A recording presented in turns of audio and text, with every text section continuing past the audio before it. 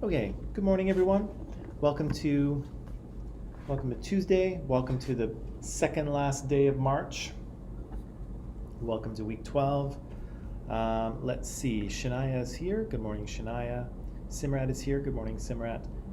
Abby is here. Good morning, Abby. And Amanpreet is here. Morning, Amanpreet. How are you doing? Awesome. Okay. Glad to hear it. Okay. Let's go into what we were talking about yesterday. So two kind of case studies, if you will. One had to do with Quebec's ban on religious symbols, and so if you'll recall, we talked about the idea that the provincial government in Quebec wanted to ban the expression of religious symbols from anyone who was working in government, so offering government services or receiving government services, right? And they were able to pass that law, even though technically it's a violation of the Charter of Rights and Freedoms. But Quebec is able to use the notwithstanding clause, right? That's what allows them to pass this law, right? We read an article that talked about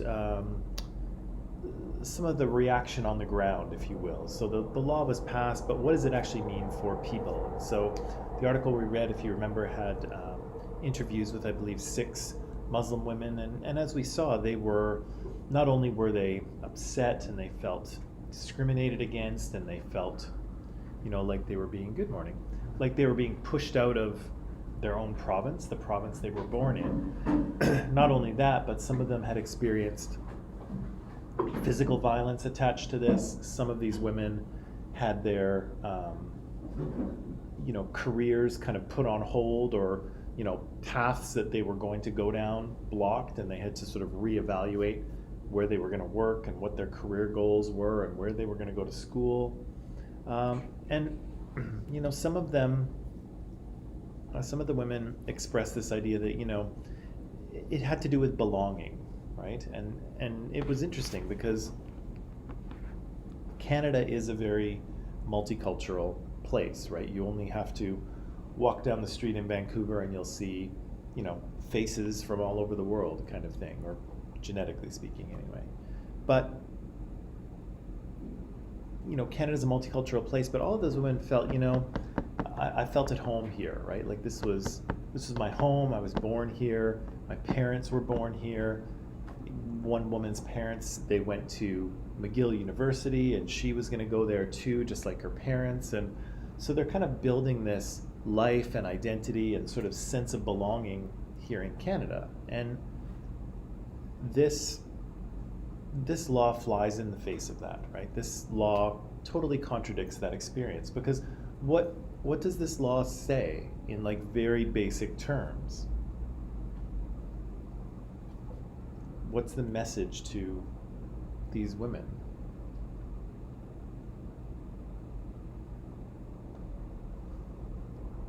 To stop working. Mm-hmm.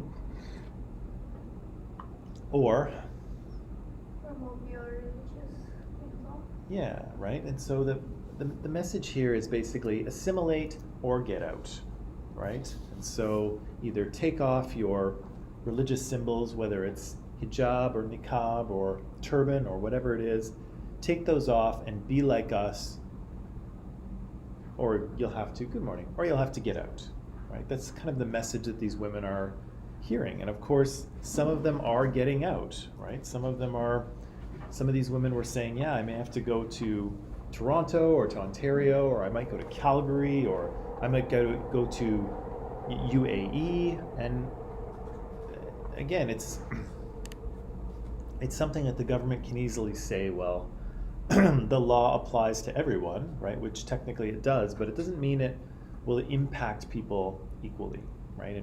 And here's an example of somewhere where it doesn't. It does not impact people equally. And again, that's the difference between equality and equity, right? Equality is everyone gets the same, right? But equity is everyone gets the things that they need in order to be successful, right? Remember what we were talked about if you were going to write an exam with, and I said, okay, nobody can wear glasses, because it's not fair. Good morning. It's not fair. Nobody wears glasses. Everybody has to be equal. But that's not fair, right? Because some people are going to be fine, but some people need their glasses to read. They will not succeed on the exam if they cannot wear their glasses, right? And so, again, equality is, we use equality, but really what we want is equity, right? We want people to get what they need in order to, have a level playing field, to have similar opportunities and similar access to resources. And so, in a way, this law is very equal, right? It affects everybody, it applies to everybody, but it's not equitable, right? It impacts different groups. It impacts different groups differently. Right? So again, we have to pay attention not just to what the law says, but what its impact is on people, right? And here, it's having a big impact on people, and people who are in a minoritized and vulnerable group anyway, right? There's a lot of prejudice in the Western world currently against Muslim people. Women are in a minoritized group, and we already sort of walked through some of the challenges that women face in society. And so here we have a group that is extra minoritized, right? That is extra vulnerable. And, we've just passed a law that discriminates against them, right? That makes things even harder for them. And so I ask you whether that's fair or not. We also talked yesterday about Trinity Western University, right? And so we said that Trinity Western was a Christian college. They wanted to create a law school, but the law school needs to be accredited, right? It has to be approved so that the degrees that it's sorry, something stuck in my throat this morning. So that the degrees that the university offers are accepted out in society, right? You can't just set up a law school in your basement and have people accept that as a degree, right? It doesn't work. You have to be accredited.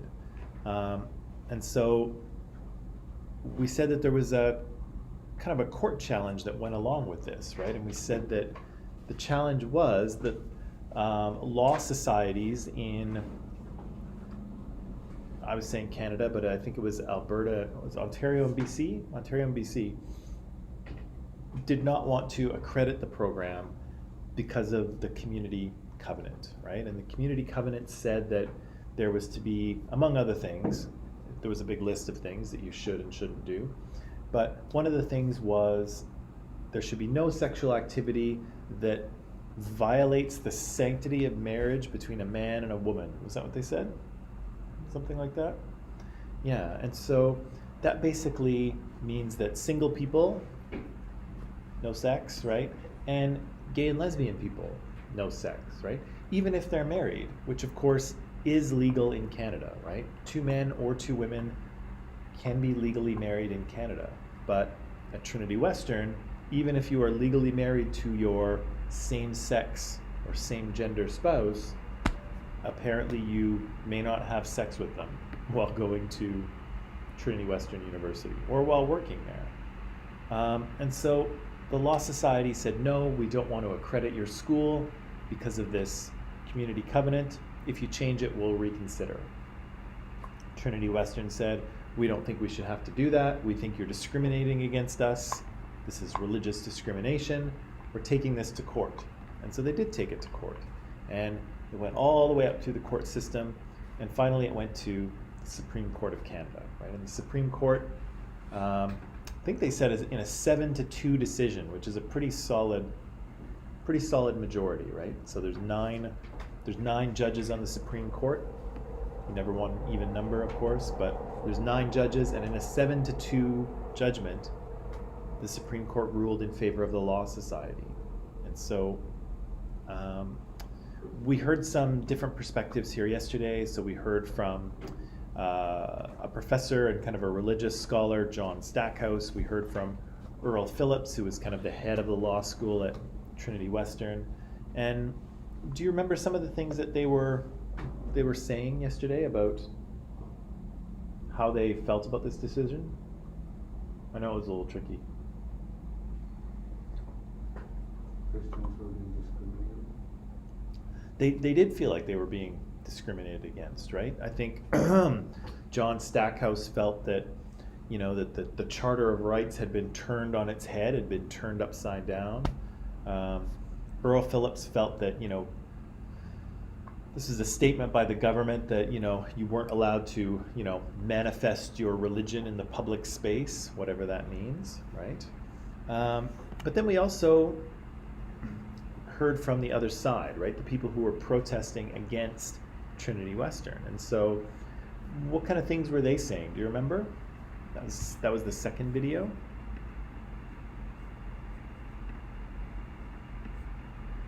We can't decide what we should do. They were trying to do what? The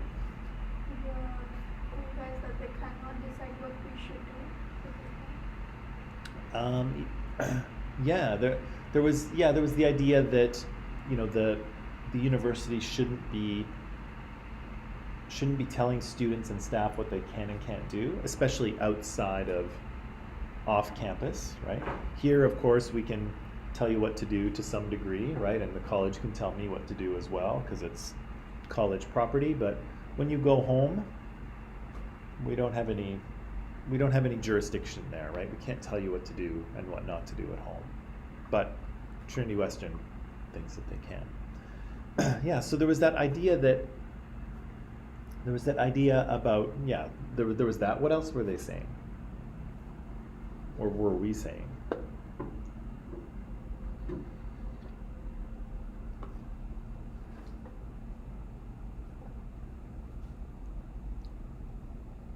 Did the video say that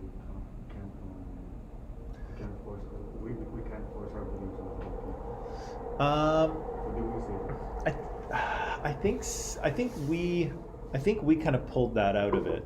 I think what they said in the video, and there was the woman with glasses whose name I can't remember, unfortunately. I should have put her name in the questions here. Good morning. The woman with the glasses was saying there's a difference between freedom of religion and discrimination, right? So she said in Canada you can believe what you want, you can express those beliefs, you can get together with other people who share your beliefs, you can do religious things with those people, whatever those religious things are. You can do all those things in Canada and your rights are protected by the Charter, right? But what you cannot do is you cannot act in a way that discriminates against others based on those beliefs. So believe what you want, but you may not discriminate, right? And so as it applies to Trinity Western here, Trinity Western can believe, and Christians can believe, they can believe in no sex before marriage, right? They can believe that homosexuality is wrong or a sin or bad or however you want to phrase it.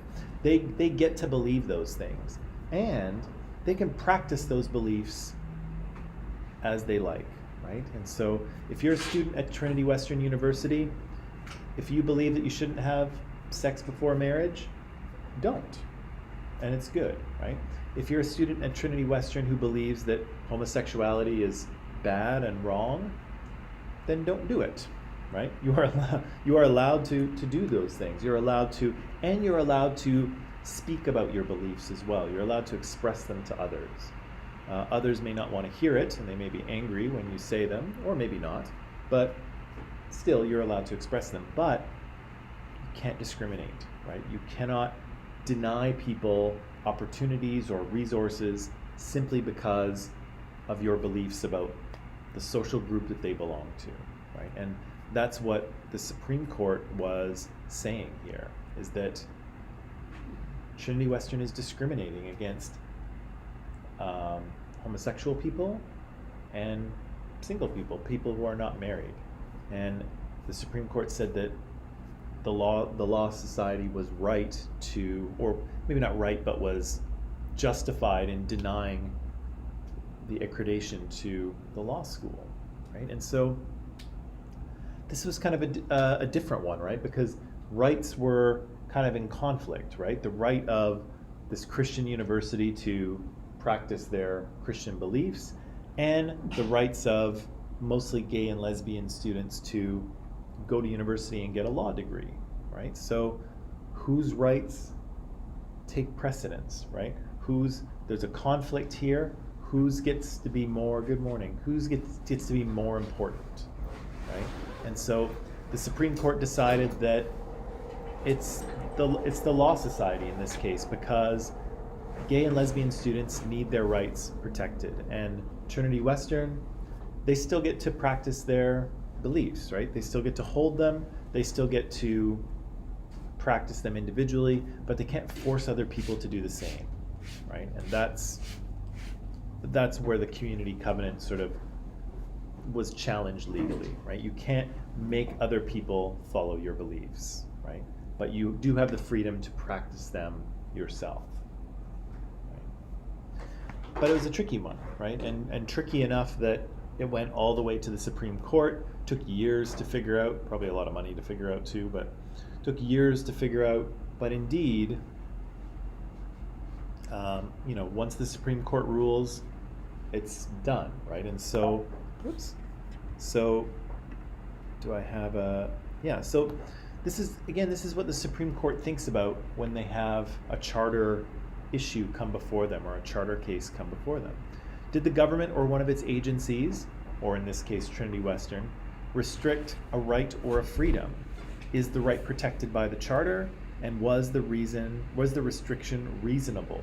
And so the Supreme Court, of course, ruled that yes, Trinity Western was restricting a freedom, right? You have the right to, you have the right to be gay, you have the right to be single, and you have the right to engage in sexual activity with who you want, right?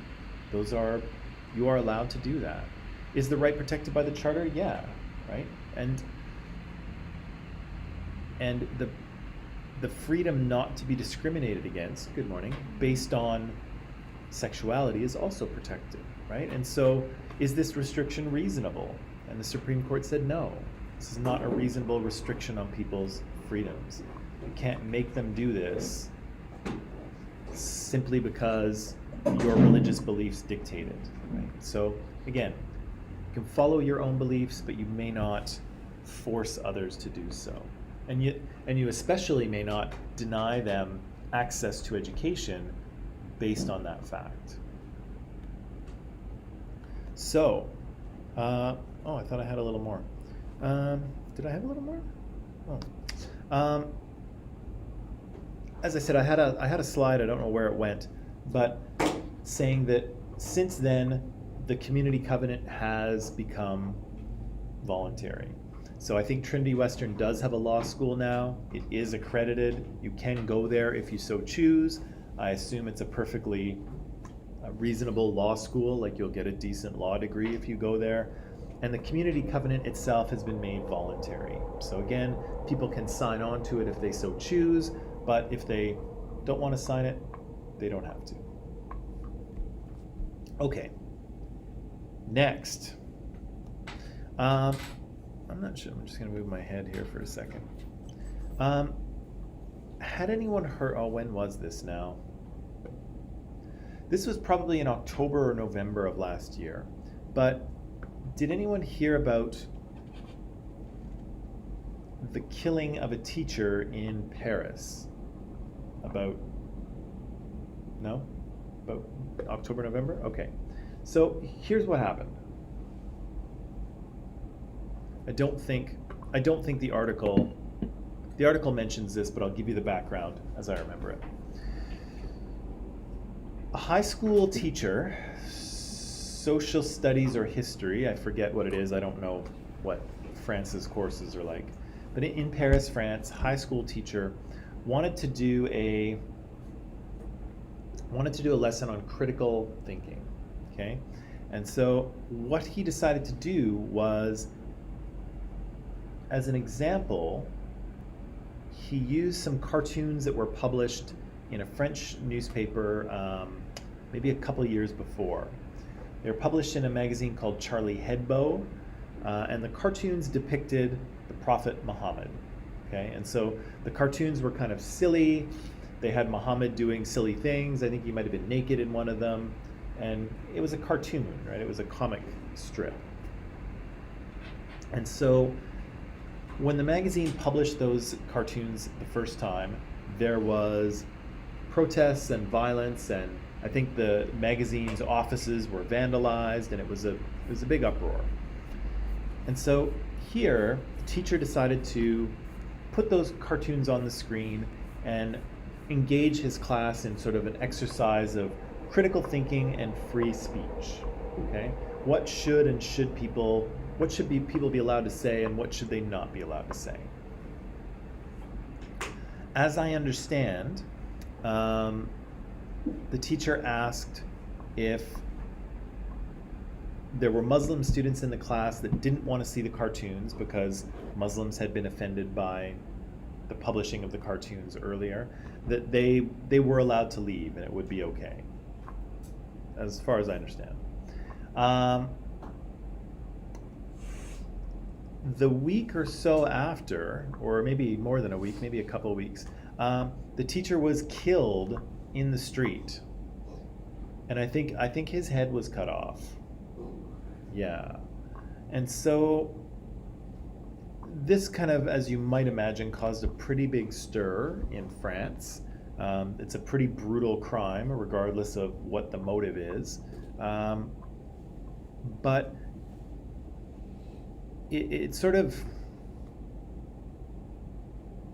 there were a lot of issues. There's a lot of issues connected to this, and I would like to discuss those with you. And so this article talks a little bit about the aftermath of that killing. So the teacher was killed, and now it's a question of what do we do in classrooms? How do we talk about this incident? But also, how do we address free speech, right? Because some things that are protected by free speech are not things that everybody wants to hear. And so this is kind of what I want to talk about, okay? So, as usual, this reading is in Microsoft Teams, and so I'll ask you to go to it, read the article, and these are the questions that we'll discuss in just a little bit, okay? Yeah, okay, let's do that.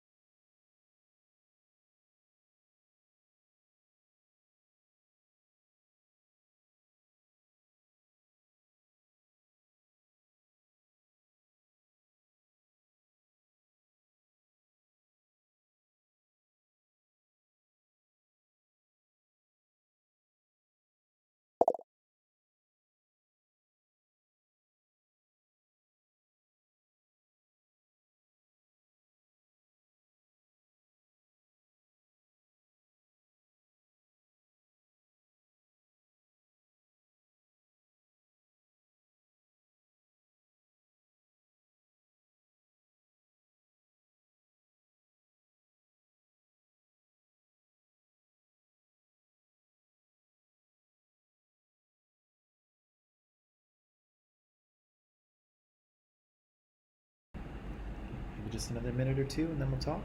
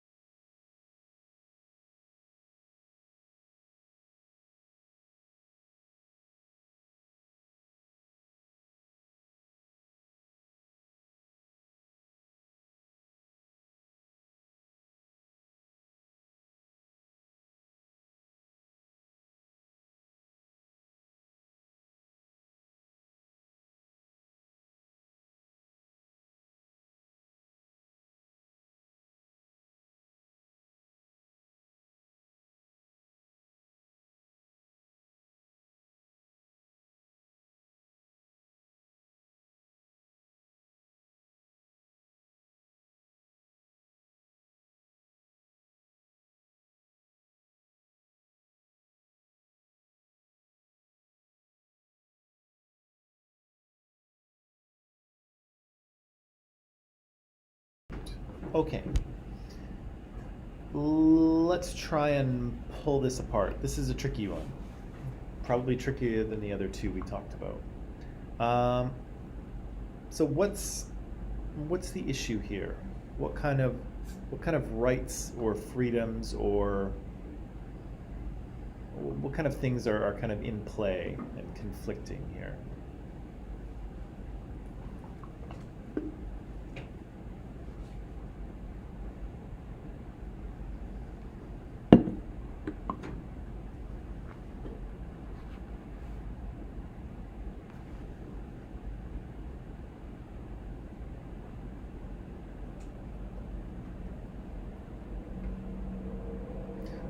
What is this article talking about?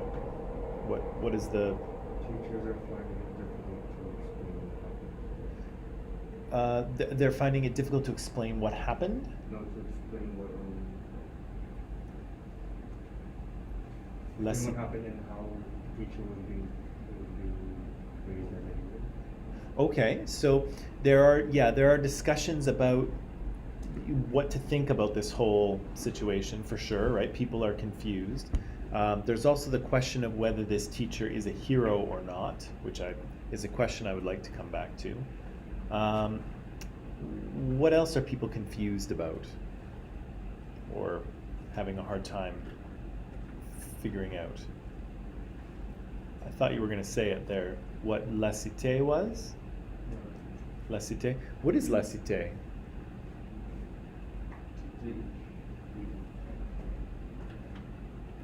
No. Did anyone look it up?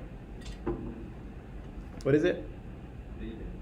Freedom? It's more than that. Actually, it's less than that. It's not that.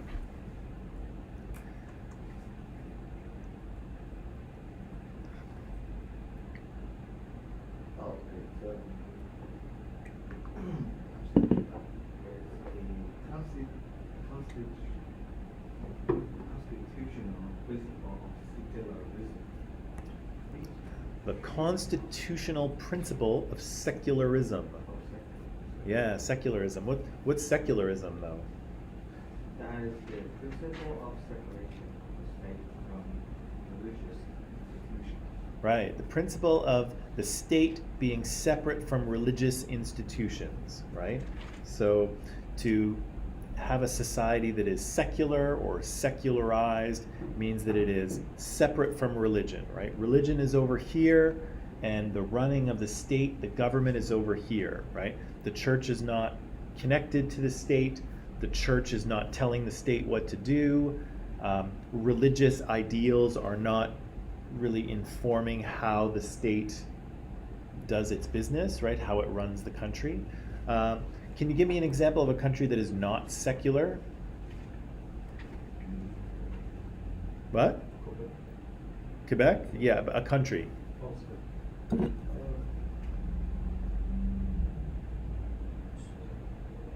Country that is not secular, where religion plays a pretty significant role in the running of the government. What? Who? Vatican? Yeah, I know the Vatican's technically a country, but it's not a big one. A real country, not Vatican.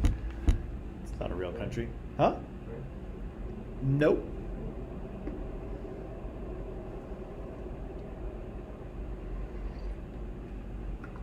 Okay, anyway.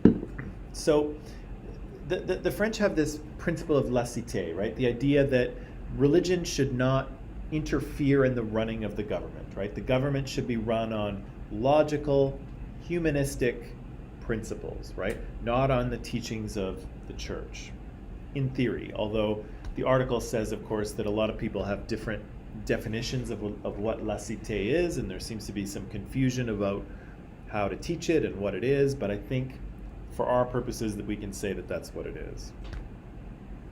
So people don't know whether this teacher is a hero. People don't really know what laïcité is or how far it should extend. Well, what else is at issue here?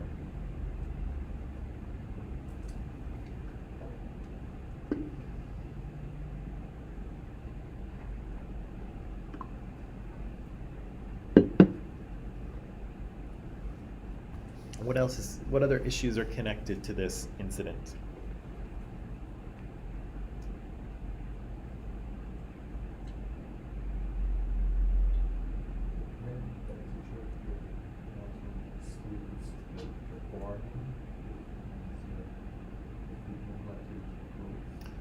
Okay.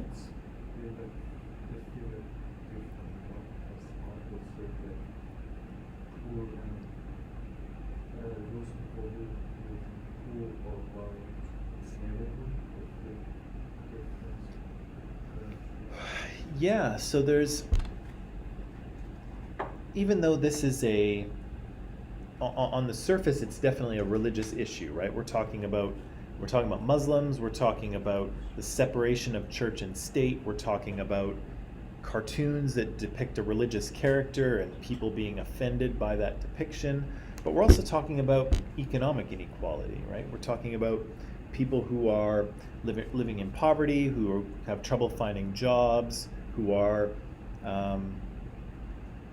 finding it difficult to be successful in this society, right? We're that's part of it as well.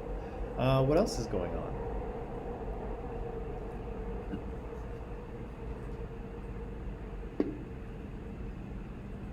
Well, there was a murder, if I recall, right? Teacher got his head cut off. There's a violent crime connected to this. What else?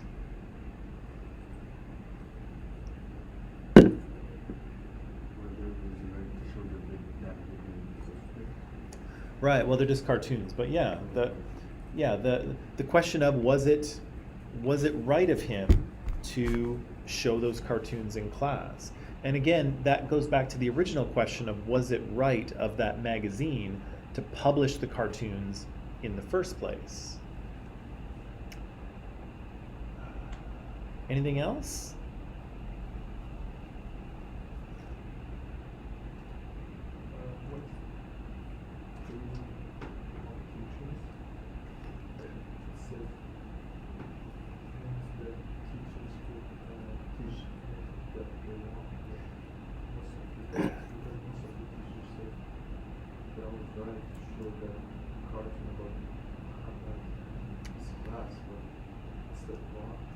Yeah, there's a question of what they call pedagogical freedom, right? And so, in principle, I'm allowed to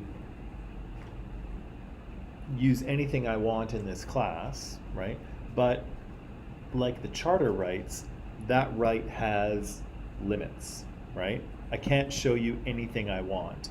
I can show you anything I want as long as it is appropriate for you and for the classroom, and if it's connected to something that we're trying to figure out and trying to learn, then I can show you what I want. But I can't show you just, I can't say or do just anything in here, right? My pedagogical freedom has reasonable limits to it. But the question is the using of these cartoons, is that past the reasonable limit, right? Or not? Should this teacher have shown these cartoons, or should he not have? Also another question. Any other kind of open questions here to do with this one? We have a violent crime. We have some economic inequalities. We have the idea of religious freedom, right? And the fact that we know the Muslim community is offended by these cartoons because, again, they were published 5 or 6 years ago in a magazine and people got very upset about it. The idea of whether this teacher is a hero, the idea of whether he should have shown these images in class or not, the idea of whether that's pedagogical freedom or not, right? There's this violent crime, this poor man has lost his life one way or the other. I would like to believe that nothing you do in the classroom should result in you having your head cut off. You can imagine that I'm a little personally sensitive to that idea. Anything else at issue?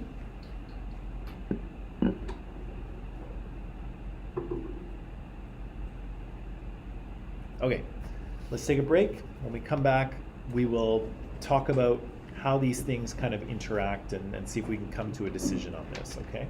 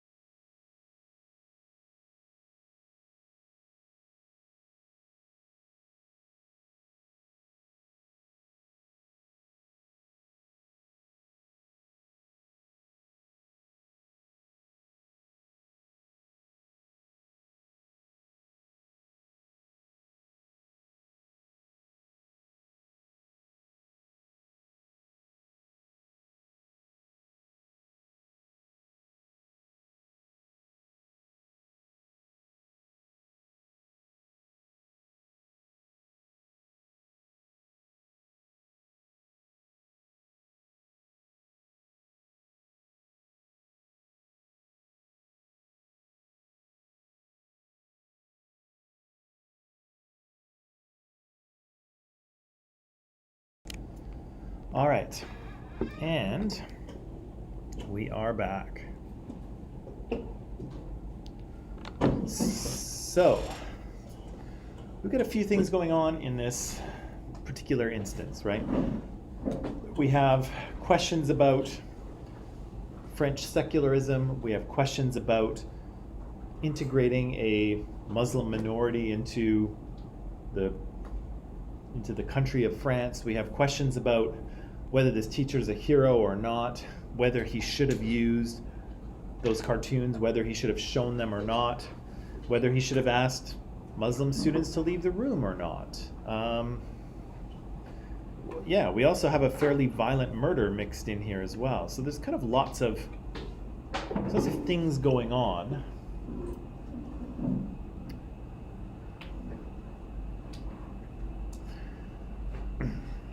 From a charter rights or from a rights and freedoms perspective, are anyone's rights and freedoms being violated here?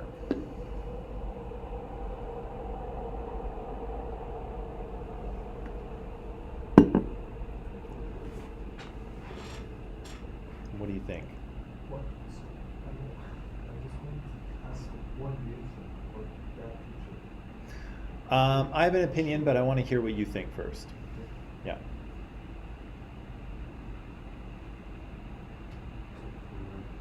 What's that? Except for murder.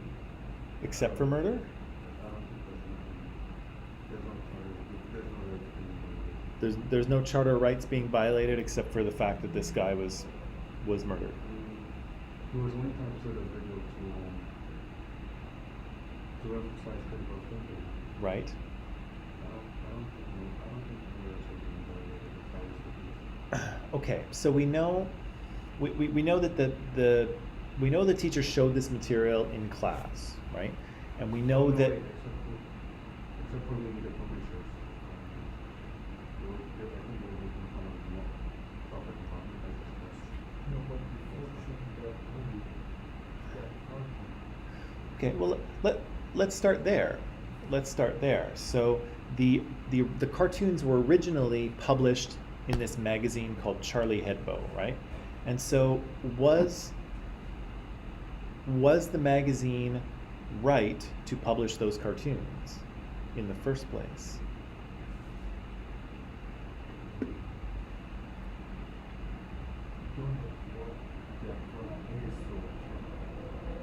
We don't know what the...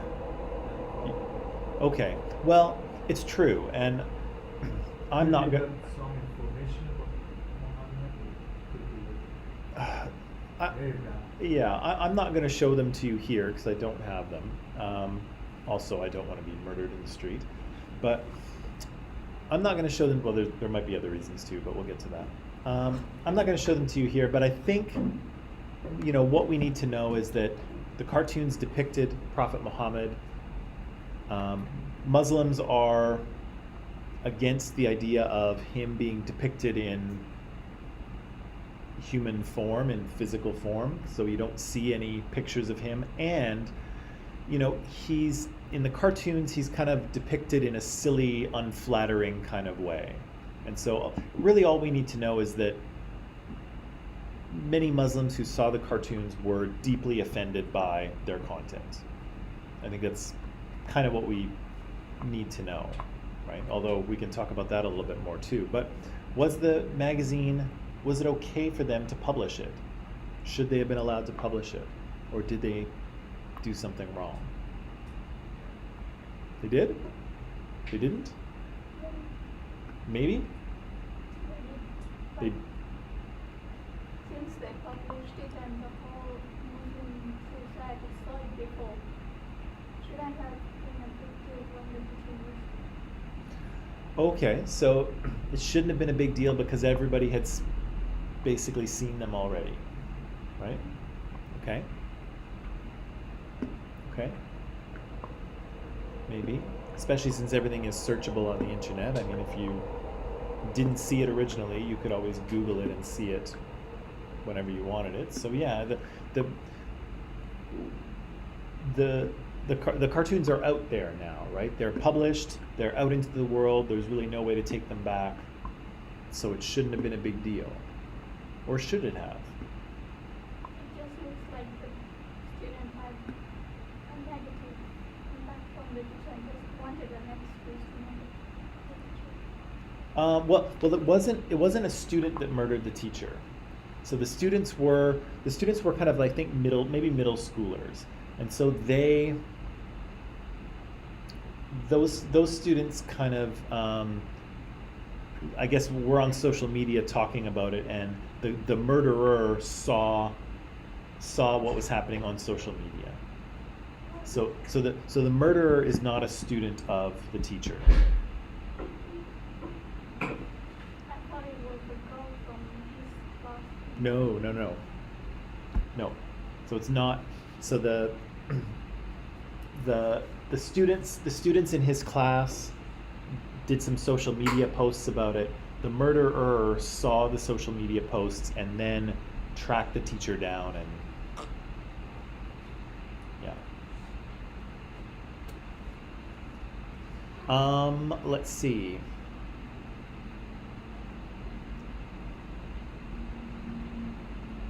I don't know. Does the publishing of these cartoons fall under free speech? Right? Are you allowed to say whatever you want?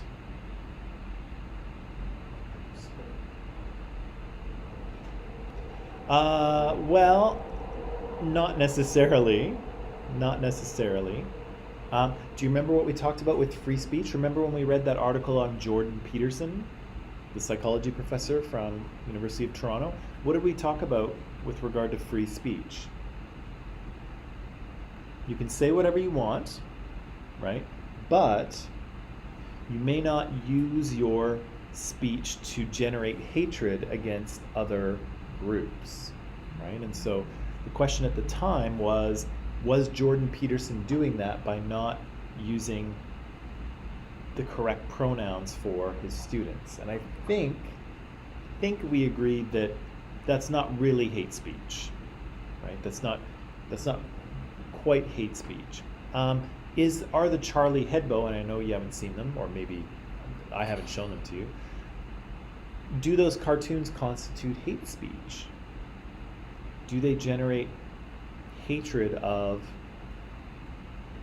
people who believe in Islam or not?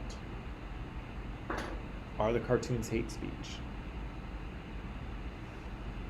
And I know it's hard without seeing them. Nope. You can Google it if you want. If you want to Google Charlie Hebdo Muhammad cartoons, if you Google it, you can probably find them, I would think.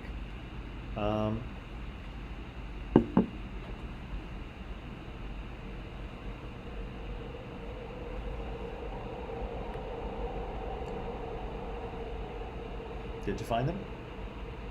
Are they there? Okay, so what do you think?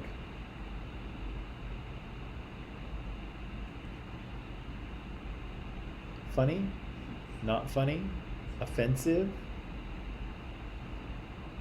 Not worth getting upset about? Definitely worth getting upset about?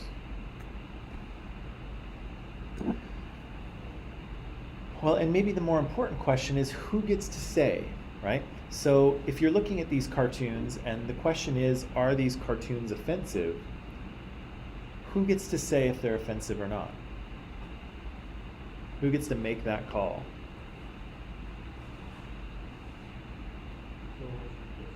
My question is, who decides if that's offensive or not? Muslims of society? Why them and why not someone else? Okay. Yeah, it's related to their prophet, to their religion, right? Clearly, the publishers of Charlie Hebdo made that decision for everyone, right, when they published the cartoons. Do you think the publishers were offended by the cartoons? Do you think they found them offensive?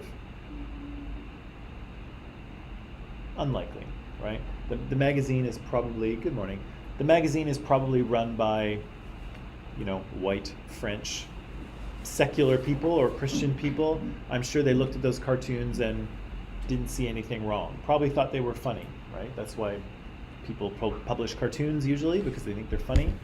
But yeah, Muslim people, not so much, right? The Muslim community in France had a strong reaction to those comics, and so was Charlie Hebdo right to publish them?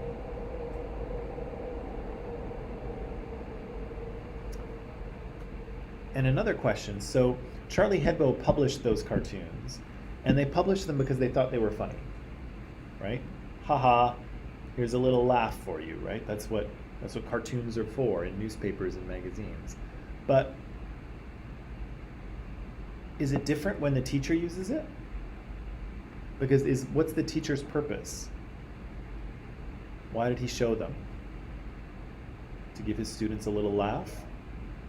Huh? Yeah, it's part of a lesson, right? It was a part of a lesson on critical thinking, and the lesson itself was on free speech. So he wasn't showing them saying, "Hey guys, you got to see this, ha ha ha." He was saying, "Let's look at these and talk about them in the context of what people are allowed to say and what people are not allowed to say in a society," right? So the context is different. Charlie Hebdo is trying to make you laugh. The teacher here, Samuel Paty, Samuel is trying to make his students think and trying to talk about this issue.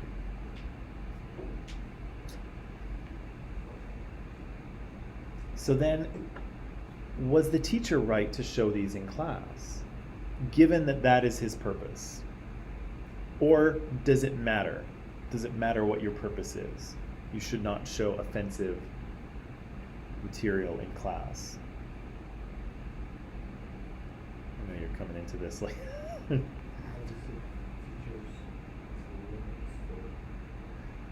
Yep, teachers have pedagogical freedom. We can show what we want in here within reasonable limits, right? We cannot show anything we want. We can't just watch Marvel movies all day, right? There has to be a purpose for what we're doing, right?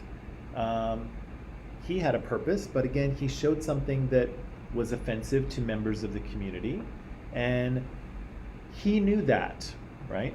The teacher knew that these things would be offensive because, again, the Charlie Hebdo offices were vandalized and people were shot. We already knew that these were very touchy issues for the Muslim community in France. So was he right to show it?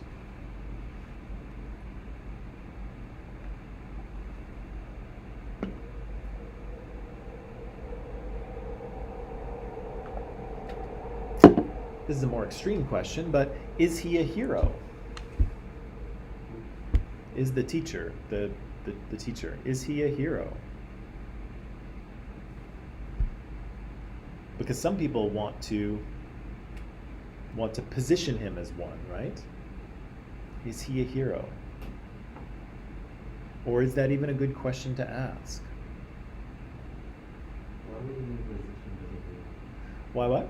Why was he being positioned as a hero? That's a good question too. Why is he being positioned as a hero? I'd say He was unlucky? he was just Well, yeah, he was pretty unlucky, but luck doesn't have anything to do with this, right? If you're walking down the street and, a piece of a building falls off and kills you, that's unlucky, right? But this isn't luck, right? This is cause and effect. Choices were made by various parties in the context of what's going on in France, and he was murdered, right? So, yeah, pretty unlucky, but also not, because this is not luck, right? This is not dumb luck. Something happened here that can be understood. And so is it a good idea to try to position him as a hero? Who do you think would want to see him as a hero? Or who is seeing him as a hero?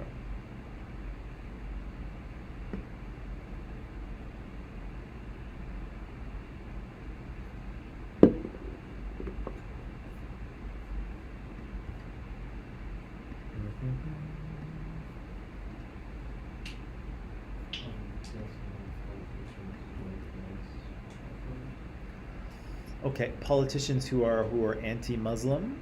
Okay, and so they would want to see this teacher as a hero because to okay to sorry, it's hard to hear with the mask.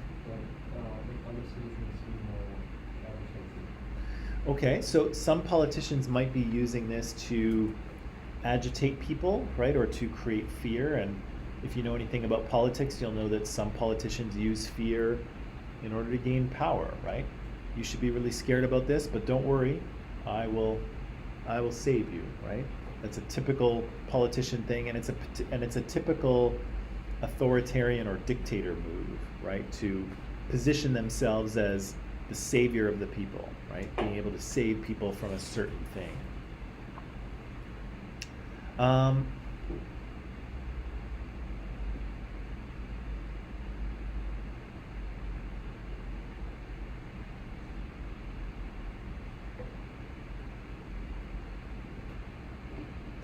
I think that's the center part of the issue here, because murder is wrong, right? It's not. You should not kill people. You know, every country in the world has rules saying you can't run around murdering people. We have that in Canada. They have it in France. It's in the Bible. I assume it's in the Quran as well, but I'm not sure. Yeah, you can't just run around killing people for no reason, right? That's a law. And so the murder of this man was wrong, right? We can say that. But again, did he make a mistake here? Did he violate the religious freedom of Muslims, particularly his Muslim students? Because he had some Muslim students in his class. Did he violate their religious freedom? Did he discriminate against them by allowing them to leave the room when the class was going to have a conversation on free speech, especially free speech around something that is central to those Muslims' existence in France, right? Like, the center of this issue is Muslims in France, and when he was going to have that conversation, you know, he created a situation where those students left the room, and so they didn't even get to have that conversation because they were in the library or wherever. So was that helpful? Could he have had this lesson without the cartoons? I don't know. Certainly, I think I'd managed to do it.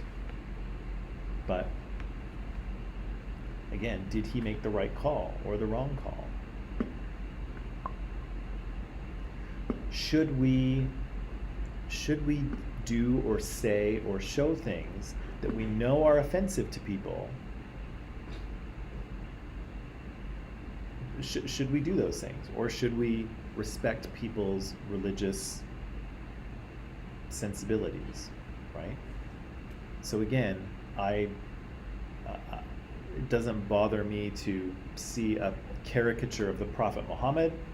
I'm not a Muslim, it doesn't bother me at all, but I know that some people are bothered by it.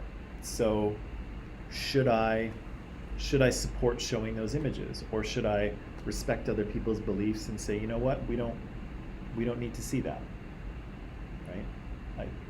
My life is not enriched by seeing a caricature of Muhammad, so, you know, why offend people?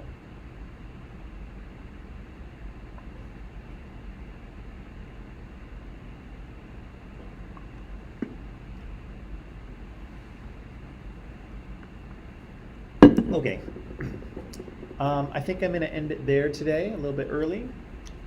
When you come back tomorrow, we will tie up this issue. We will tie up religious oppression, and I believe we will move on to classism. So I have a number of things to show you there. But until then, that is it for today. Have a nice afternoon.